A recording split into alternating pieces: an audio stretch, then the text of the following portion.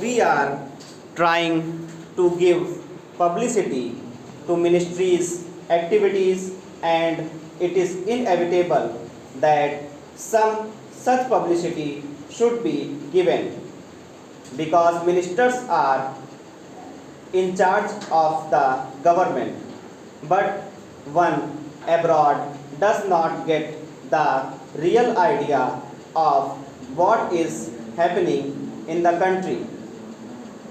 I would like to suggest for the consideration of the External Affairs Ministry that they should send fortnightly assessment of what is happening in India written dispassionately, not to please a minister or to highlight something that he has done, but to give an objective assessment of what is going on in the country.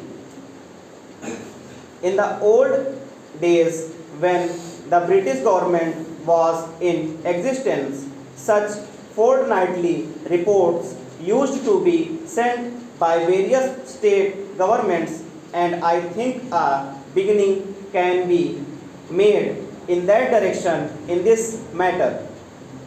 The other point I would like to suggest is the publicity is a complicated and technical matter.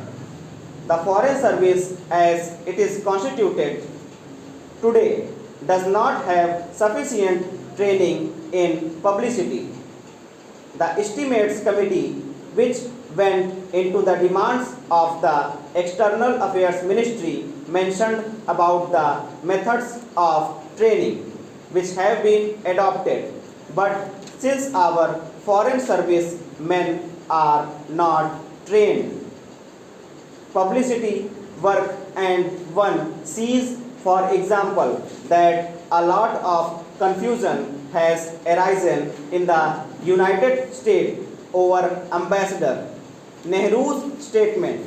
I think the External Affairs Ministry might well set up committee of members of parliament who are conversant with external publicity and some newspaper men to advise the External Affairs Ministry from time to time. I do not think that the committee will ask for information which is confidential, secret, but they can assist the newspaper men.